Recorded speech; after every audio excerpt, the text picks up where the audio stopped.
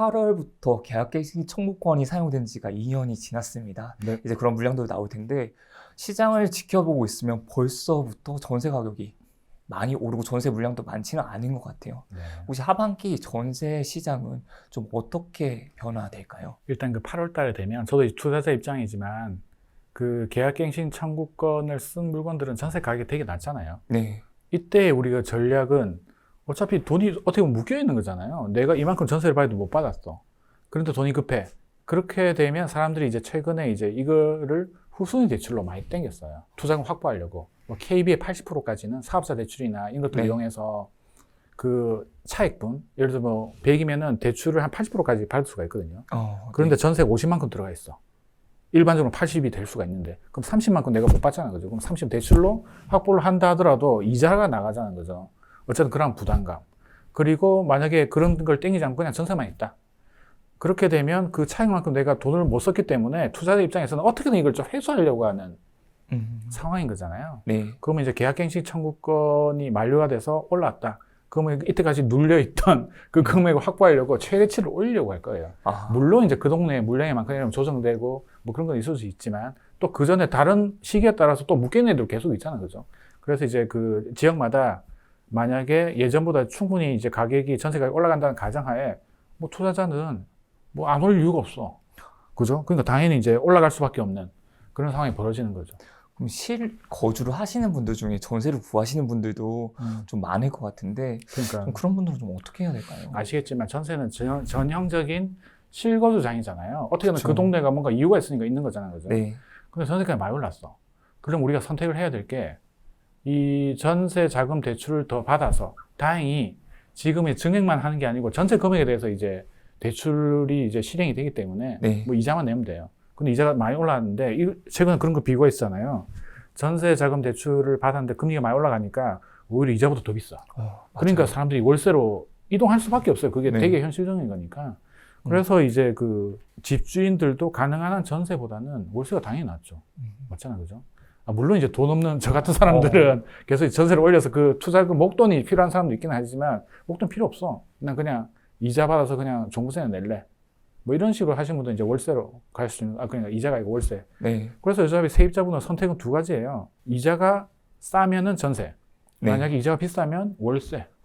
그렇기 때문에 이제 또 선택을 하게 되는 거죠. 그런데 아까 말씀드린 그 유예 그것 때문에 싼 물건이 나왔어. 그럼 사고 싶은 욕심이 생기잖아요. 그죠? 그렇죠. 그런 식으로 천하지 않을까.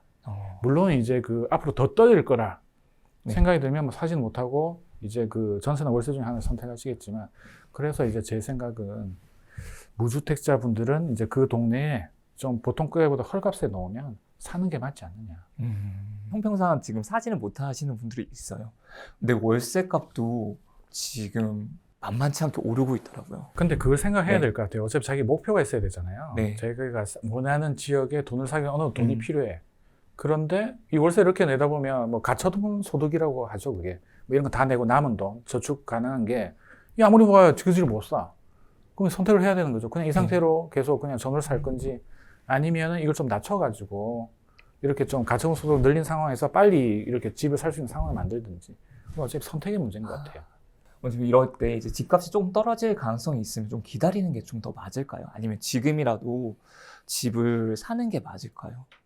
지금 무주택자분들은 시장의 변화에 대해서 아주 관심을 가지고 있을 거거든요. 이번 정부가 생기면서 서로 집값이 오를 건지 또는 떨어질 건지. 근데 지금까지 이제 제가 통계를 계속 봤잖아요. 네. 서울이나 수도권 이런 거 보면 많이 오르면 30% 오르고 네. 많이 떨어지면 이때까지 제일 많이 떨어진 게 강남도 예전에 금융위기 때 20% 빠진 거. 그런데 그전에는 이때까지 오른 거 하면 거의 100% 오른 거죠. 네. 100% 오르고 20% 빠지고. 그 다음 우리 실거주 이제 무주택자 분들은 이걸 타임을 못 맞추잖아요. 그런 것도 맞추기 어렵죠. 어려워요. 네. 그래서 제가 인천 수업할 때도 그랬어요. 지금 인천이 2년 뒤 물량이 많잖아요. 그죠? 하지만 그때까지 아마 100이 오르면 재수 없어서 물량만 떨어지더라도 1, 20이다. 그러면 니는 80은 먹을 거다. 이게 제가 봤을 때 답인 것 같아요. 이게 오르고 내리는 걸 알 수가 없는데 항상 100 오르고 많이 떨어져야 20. 보통은 4, 50 오르고 한 10 정도. 그냥 100이 오르면 최대한 20% 정도 빠지는 것 같아요. 운 없으면. 한 20% 네, 최대. 정도? 예. 근데 많은 분들이 근데 재수 없으면 들어가자마자 20% 빠지는 sense 시작하면 좀 힘든데 마음 아프잖아요. 아시겠지만 그런 IMF나 금융위기는 우리가 겪어봤기 때문에 지금 대응을 많이 하고 있잖아요. 외환도 많이 보유하고 있고. 물론 저희 바람이긴 하지만 3차 대전 이런 거 없는 이상은 네네. 그러면 다 망하는 거잖아요. 그죠? 그때는 뭐 모든 게 끝나는 거니까 그 정도까지 생각하지는 않으셔도 되지 않을까.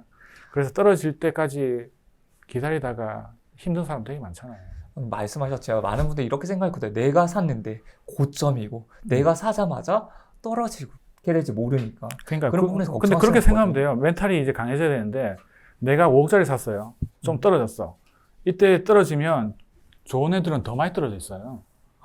그러면 그 사이에 네. 돈 모아서 돈을 좀 더 주고 더 좋은 거 사, 그냥. 돈을 넣어주고요. 그 사이에 이제 모아야지, 이제. 네. 네, 그죠? 약간 그런 느낌으로 하면 되는 거죠. 오히려 떨어지게 되면 더 기회라고 생각을 하는 네, 거예요. 맞아요. 서울도 봐요. 예전에 분위기 안 좋을 때는 한강 보이든 안 보이든 가격 차이가 별로 안 났어요. 네. 그걸 생각하면 돼요. 그러면 돈을 조금만 더 주면 서울에 한강 보이는 집을 사는 거예요. 물론 돈이 있다는 가정하에. 지방도 똑같아요. 지방도 예전에 막 안 올랐을 때는 뭐 창원의 유니시티 예전에 뭐 4, 5억 했잖아요. 그죠? 지금 한 10억 하는데 그때 그 밑에 애들하고 차이가 1억 정도 났어요. 근데 지금은 3, 4억이 벌어졌잖아. 약간 그런 느낌으로 생각하시면 돼요. 근데 이게 만약 박살나잖아요. 네. 그럼 다시 예를 들어 최악의 경우 다시 원상태로 복귀했다. 그럼 지금 1억만 더 주면 사지만 많이 올랐을 때는 3, 4억을 더 줘야 된다.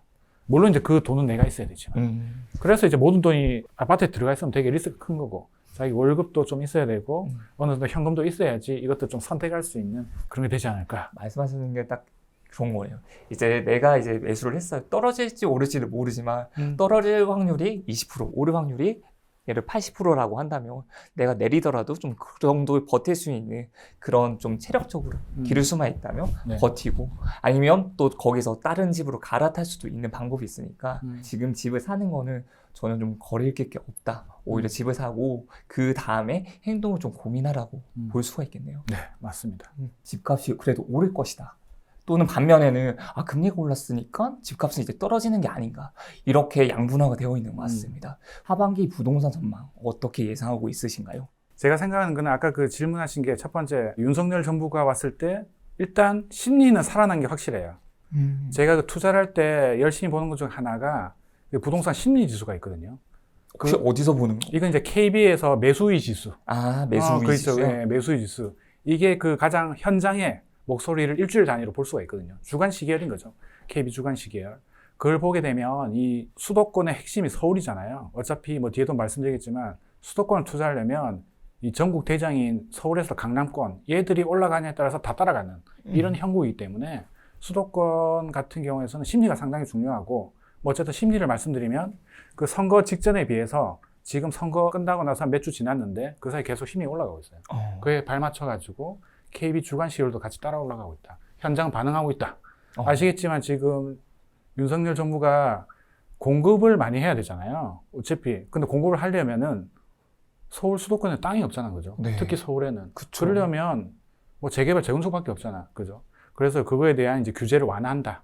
했는데 아시겠지만 최근에 이것 때문에 들썩들썩 하니까 다시 약간 좀 살짝 발을 빼는 그런 느낌이 있지만 어쨌든 지금 이 현재 정부는 기본적인 원칙이 있잖아요. 부동산 때문에 어떻게 보면 정권을 잡은 가장 큰 원인이기 때문에 규제를 풀 확률이 상당히 높다. 그래서 그것들은 이제 아무래도 이 부동산 시장의 심리 이런 것들을 자극할 수 있기 때문에 올라가면 올라갈지 더 이상 이게 악화되진 않아. 이거에 대한 신념이 있거든요. 이게 네. 가장 중요하다. 그래서 저는 뭐 일단 분위기는 괜찮다. 그래서 서울이 뜨면 당연히 다 따라가는 거니까. 그리고 두 번째 금리 말씀하셨는데 네. 저도 이제 그 통계 이쪽으로 관심을 가지다 보니까 제일 중요한 게 부동산 매매가 가격 지수 이런 거에 영향을 주는 게 뭔가 계속 고민했어요. 네. 찾아봤는데 금리는 아니야.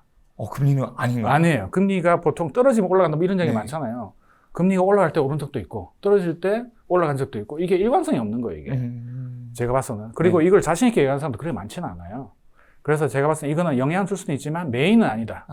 그래서 물론 이제 금리가 올라가면 이 부담감이 커지지만 이 금리가 올라간다는 자체가 시장이 좋다는 또 이야기가 될 수도 있잖아요. 그죠? 이때 시장이 좋다는 거는 뭐 경기가 좋아지니까. 지금 경기가 좋지 않은데 지금 올라가고 있는 것 같아요. 지금은 이제 느낌. 그 물가가 좀 많이 올라가지고 그런 면도 있기 때문에 네. 얘들이 그 제가 봤을 때는 코릴레이션 그 연관성을 봐야 되는데 네. 제가 봤을 때는 80%가 안 넘는 것 같아요. 아, 금리하고 이거의 변동. 예를 들면 집값의 변동이 입주 물량이 많으면은 보통 부동산 가격은 떨어지잖아요. 네. 이 제가 봤을 때 그게 85% 이상이거든요. 네. 근데 특히 지방은 거의 90%. 수도권은 좀 달라요. 이 그 수도권 같은 경우에는 전국에서 몰려드는 지역이잖아요. 네. 필요한 것보다 가수가 더 많기 때문에 이게 좀 상세가 가능하지만 지방은 거의 확실하다. 그 지방 투자 되게 쉬워요. 물량만 보면 돼. 그래서 제가 지방 투자에서 실패한 적이 없어. 그 제 수업 듣는 사람들은 정말 어떻게 이렇게 잘 찾느냐. 최근에도 이제 부동산 전망하신 분 있잖아요. 네. 딱 보면 입주 물량을 특히 이제 분기별로 나눠서 볼 수 있는 사이트 있잖아요. 뭐 네. 알실 같은 거. 네. 그런 거 보면 예상이 가능해요. 그것만 자기가 통찰을 갖고 하면 제가 보다 부동산 지방 투자는 끝이다. 제가 단언할 수가 있어요. 제가 2014, 15년부터 갭 투자 계속 했잖아요. 네. 미래를 보고 하는 거. 계속 이대로 했어요. 계속 먹어. 사람들이 어떻게 잘 먹냐. 이때 먹는다는 건 수익. 근데 너무 좀 지방인데 작은 도시들 있잖아요. 근데 네. 거긴 안 가요. 아, 거기는 안 가고. 제가 그 인구가 제일 작은 것까지 투자했던 데가 진주까지. 진주가 27만. 네. 그 정도가 끝이다. 바로 진주 가는 게 아니고 김에 오르는 걸 보고 진주 갔어요. 어떤 느낌인지 아시겠죠? 네. 물론 그전에는 큰 거 위주로 가는 거죠. 큰 거의 대장. 아, 그럼 그 전에 혹시 김해를 먼저 보시고 김해에서 내가 투자를 했는데 김해를 보다 보니까 진주가 좀 덜 오른 것 같아요. 그래서 진주 쪽으로 넘어가시는 거예요. 그때도 바로 진주 가는 게 아니고 네. 항상 1등은 버려요. 아, 언제 1등을 버려요? 왜 그러냐면 네. 1등을 버린다는 의미가 뭐냐면 네. 1등이 오르기 전에 들어가지 않는다는 이야기예요. 1등이 오른 걸 확인하고 들어가도 절대 늦지 않다. 그럼 안전하거든요. 네. 뭐 어떤 느낌인지 아시겠죠? 그럼 진주에 비해서는 김해가 오히려 더 좋으니까 김해가 먼저 오르는 거 보고 진주에 들어간다는 거죠. 맞아. 원래 이제 그 이쪽 약간 세트의 개념이 있거든요. 네.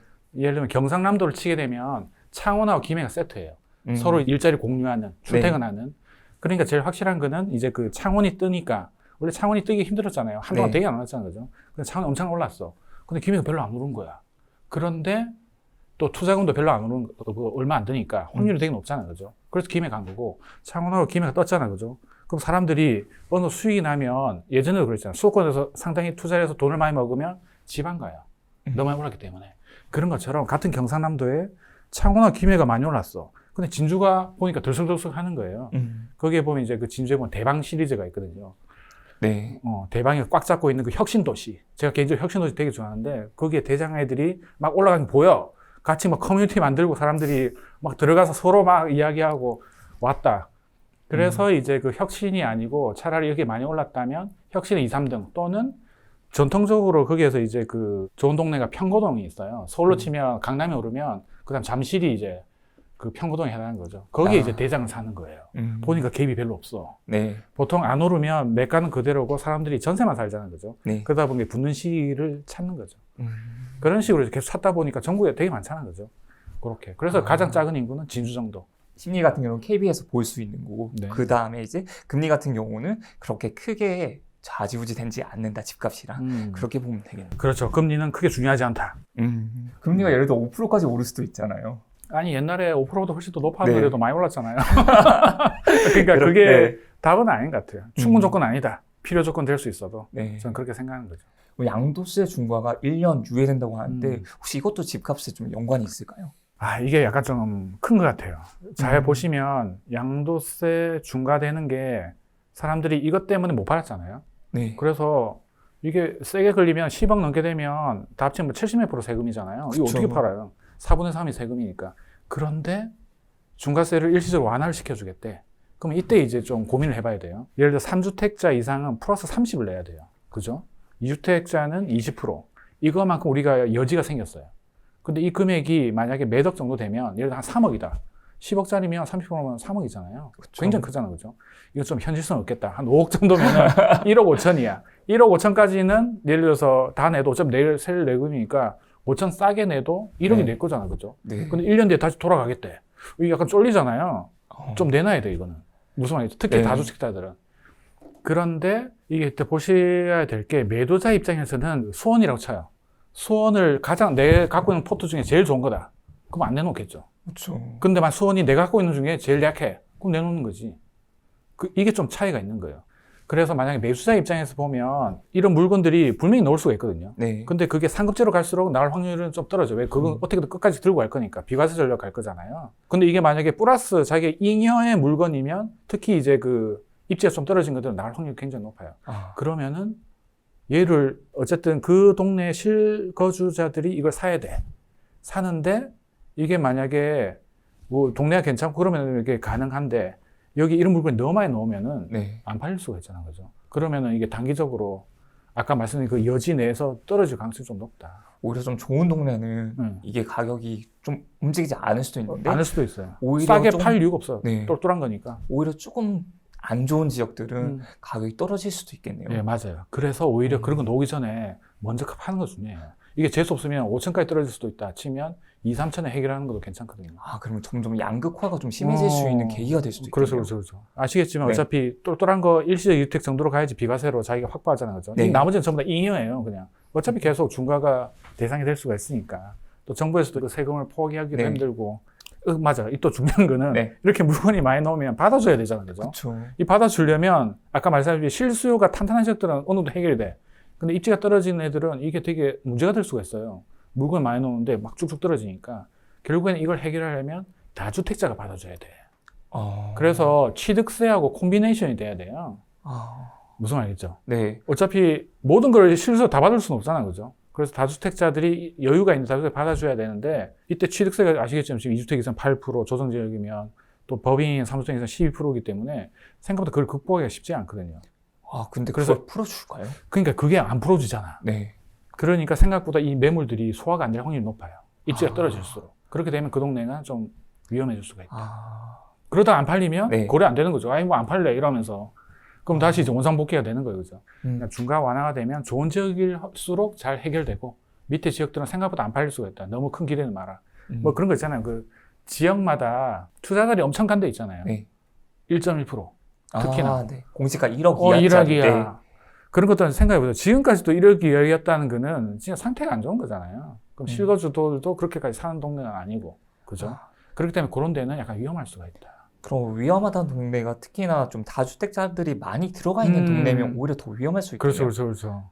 매물을 내지도 못하고 받지도 못하면서. 어차피 실거주는 뻔할 네. 건데 다주택자가 비율이 되게 많은 곳 있잖아요. 네. 그런 것들은 아무래도 그럴 확률이 좀 높겠죠. 그러면 반대로 다주택자가 좀 없는 곳들이 있을 거잖아요. 네. 그런 쪽은 오히려 좀 좋다고 봐야 될지 그래서 그게 좀 궁금했습니다. 그러니까 그게 약간 좀 질문이 애매하죠. 다주택자가 네. 없다는 의미가 약간 그 실거주 위주로 돌아가고 참 무거워가지고 투자자들이 들어가기 힘든 지역을 말씀하시는 거겠죠? 예를 뭐 강남이나 이렇게 좋은 네. 지역들. 네. 아까도 제가 서두에 말씀한 것처럼 그런 좋은 지역들은 어쨌든 실거주자들 입장에서는 그 가격보다 좀 싼 게 1, 2선을 싼 게 놓으면 분명히 살 가능성이 높다. 그런 생각이 좀 들어요. 어떻게 보면 이게 좀 찬스라고 생각할 수가 있거든요. 기회라고 볼 수 있는 거예요. 그죠. 내가 생각했던 항상 그 가격보다 싼 게 놓으면 아시겠지만 요새도 압구정동이나 반포 이런 데는 조금이나 싸게 놓으면 바로 거래되잖아요. 그죠? 신고가도 찍는 판이니까 네. 그것들이 좀 싸게 놓으면 더욱더 들어갈 확률이 높겠죠. 아시겠지만 세금 정책이 국회를 통과해야 되는 게 많기 때문에 네. 생각보다 그게 쉽지 않잖아요. 그래서 빨리 결국에는 바뀌잖아요. 아직도 네. 이제 그 다주택자보다는 약간 똘똘한 한 채 포지션이 좀 가능성이 크기 때문에 네.